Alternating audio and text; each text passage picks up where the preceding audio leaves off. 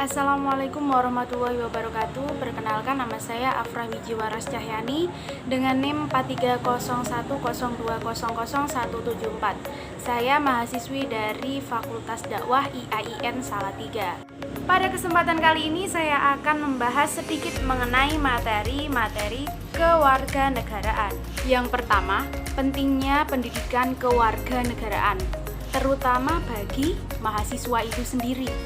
Karena kewarganegaraan menjadikan mahasiswa menjadi warga negara yang cerdas, bertanggung jawab, dan berkeadaban di mata masyarakat, bahwa mahasiswa adalah manusia yang sudah teredukasi secara universal, baik mengenai materi-materi kehidupan atau wawasan-wawasan kehidupan. Sebagai seorang yang berilmu, seharusnya menjadi orang yang beradab agar tidak merugikan baik diri sendiri maupun lingkungan.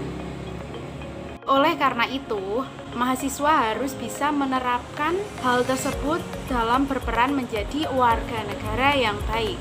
Dapat dikatakan juga bahwa dengan pendidikan kewarganegaraan, gaya warga negara itu sendiri diharapkan memiliki kesadaran penuh mengenai demokrasi dan HAM.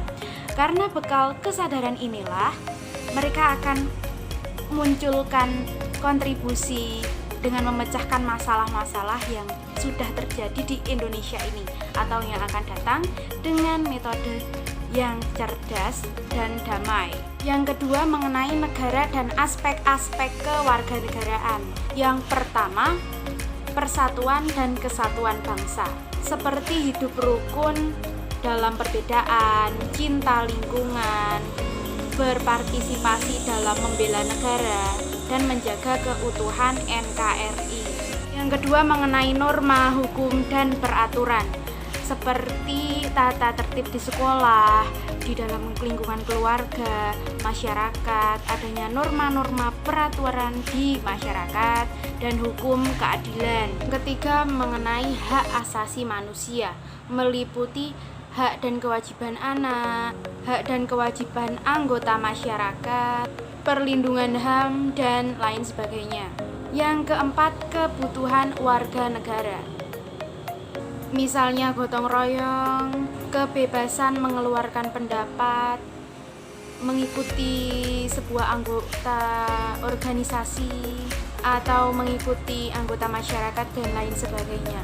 Yang selanjutnya, konstitusi negara, meliputi proklamasi kemerdekaan, konstitusi yang sudah pernah digunakan di Indonesia, hubungan dasar negara, dan konstitusi.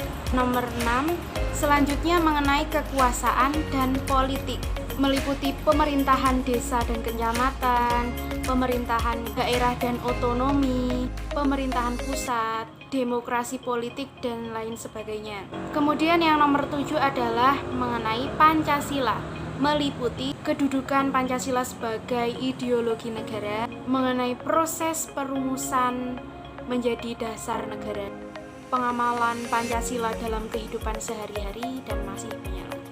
Kemudian yang nomor 8, globalisasi, meliputi globalisasi di lingkungannya, Indonesia di era globalisasi, kemudian dampak dari globalisasi, dan masih banyak lagi. Yang ketiga, mengenai hubungan warga negara dengan pemerintah. Keduanya pasti ada hal yang saling berketerkaitan, seperti halnya dalam menjamin perlindungan HAM. Mulanya, warga negara dan pemerintah di suatu wilayah bersepakat membentuk suatu lembaga-lembaga pemerintahan. Tujuan dari lembaga-lembaga pemerintahan diantaranya untuk menjamin hak-hak masyarakat.